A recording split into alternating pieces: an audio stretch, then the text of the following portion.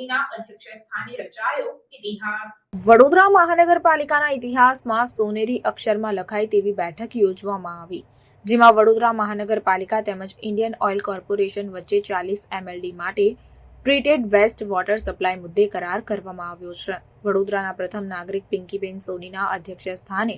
જેમાં deputy mayor Chirag Barot, દંડક શૈલેષ પાટીલ, સમિતિ અધ્યક્ષ શીતલ મિસ્ત્રી, વડોદરા મહાનગરપાલિકાના ડ્રેનેજ ડિપાર્ટમેન્ટના કાર્યપાલક એન્જિનિયર રાજેશ શિંપી અને ઇન્ડિયન ઓઇલ કોર્પોરેશનના પદાધિકારીઓ વચ્ચે કરાર કરવામાં આવ્યો। નેચરલ વોટર બોડીઝ ખરાબ ન થાય તેમજ ભવિષ્યમાં પીવાના પાણીની તેમજ પાણીની સમસ્યા ન ઉદ્ભવે તેવા હેતુ સાથે સુએજ ટ્રીટેડ વેસ્ટ વોટર પ્લાન્ટથી ઇન્ડિયન ઓઇલ કોર્પોરેશન લિમિટેડને 40 MLD સુધીનું પાણી વડોદરા મહાનગરપાલિકા દ્વારા આપવામાં આવશે। આ પ્રોજેક્ટની કુલ કેપેસિટી કોસ્ટ 79.77 કરોડની છે। 15 વર્ષના ઓપરેશન એન્ડ મેનેજમેન્ટની કોસ્ટ 65.33 કરોડની મૂકવામાં આવી છે। વડોદરાના રાજીવનગર ખાતે 60 MLD ક્ષમતાનું TWW પ્લાન્ટ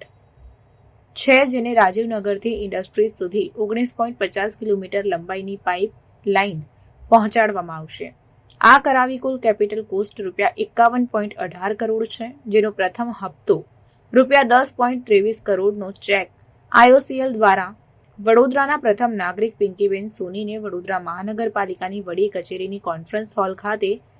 વડોદરા મહાનગરપાલિકાના પદાધિકારીઓ અને IOCLના પદાધિકારીઓની ઉપસ્થિતિમાં સુપ્રત કરવામાં આવ્યો હતો। આ કરારથી વડોદરા મહાનગરપાલિકાની વાર્ષિક આવકમાં ₹7.4 કરોડથી ₹20 કરોડ થાય તેવું અનુમાન લગાવવામાં આવી રહ્યું છે। हाँ नमस्कार। आज VMC और इंडियन ऑयल गुजरात रिफाइनरी के बीच में जो एक एग्रीमेंट साइन हुआ है, इसमें हम लोग ट्रीटेड वाटर प्रोग्रेसिवली लेंगे 40 MLD तक। ये एक बहुत बड़ा एक कदम है फ्रेश वाटर रिडक्शन में। इंडियन ऑयल हमेशा इस बात के लिए प्रतिबद्ध रही है कि अपना वाटर फुटप्रिंट को कम करे, ताकि आने वाले जनरेशन में फ्रेश वाटर की अवेलेबिलिटी बनी रहे। हमने इंडस्ट्रीज़ में ये ट्रीटेड वाटर हम लोग यूज़ करेंगे 20 MLD, और प्रोग्रेसिवली जैसे जैसे आगे भी हमारे प्लांट आते जाएंगे 40 MLD तक हम लोग उसमें लेंगे। ये एक बहुत बड़ा स्टेप है, और मैं VMC का भी बहुत आभारी हूँ, मैडम पिंकी मैन मेयर हमारे साथ हैं, कि इस इनिशिएटिव को आज से करीबन 3 साल पहले शुरू किया गया, और VMC ने भी अपने पूरा इंफ्रास्ट्रक्चर बनाया, और हम लोगों ने भी अपने रिफाइनरी के अंदर में एक बड़ा इंफ्रास्ट्रक्चर तैयार किया, ताकि इस ट्रीटेड वाटर को हम लोग डायरेक्टली अपने equipment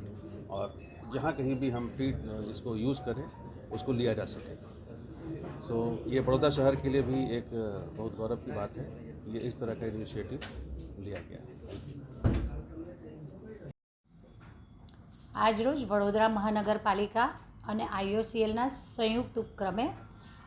Rajivnagar treated waste water પ્લાન્ટને ટ્રીટેડ વેસ્ટ વોટરનો જે રીયુઝ કરી શકાય, જેવી રીતે ગ્લોબલ વોર્મિંગના સમયમાં જ્યારે શુદ્ધ પાણીના જળ સ્ત્રોતોનું સ્તર સાચવી રાખવાની જવાબદારી સમગ્ર માનવજાત પર આવી પડેલી છે, ત્યારે આ બધી જે ઇન્ડસ્ટ્રીઝ છે, આ ઇન્ડસ્ટ્રીઝમાં જે વપરાશ થતું પાણી હોય છે તેને આ સુએજ ટ્રીટમેન્ટ દ્વારા જે ટ્રીટેડ વેસ્ટ વોટર હોય છે તેનો વપરાશ કરી અને ક્યાંક ને ક્યાંક પર્યાવરણલક્ષી અનુભવ દ્વારા ખરા અર્થમાં પ્રથમ પ્રેરણાદાયી પથદર્શક પગલું ભરવાની દિશામાં આજે વડોદરા મહાનગરપાલિકા દ્વારા IOCLને જે પાણી, જે ટ્રીટેડ વેસ્ટ વોટર પાણી પ્રોવાઈડ કરવામાં આવનાર છે, જેના થકી લગભગ વાર્ષિક વડોદરા મહાનગરપાલિકાને વાર્ષિક 51.18 કરોડની જે રેવન્યુ જનરેટ થશે, જેનો પ્રથમ હપ્તો એટલે કે ₹10.23 કરોડનો પ્રથમ હપ્તો તેમના દ્વારા IOCLના શીર્ષસ્થ નેતૃત્વ અને એમની સમગ્ર ટીમ દ્વારા વડોદરા મહાનગરપાલિકાના પદાધિકારીઓ અને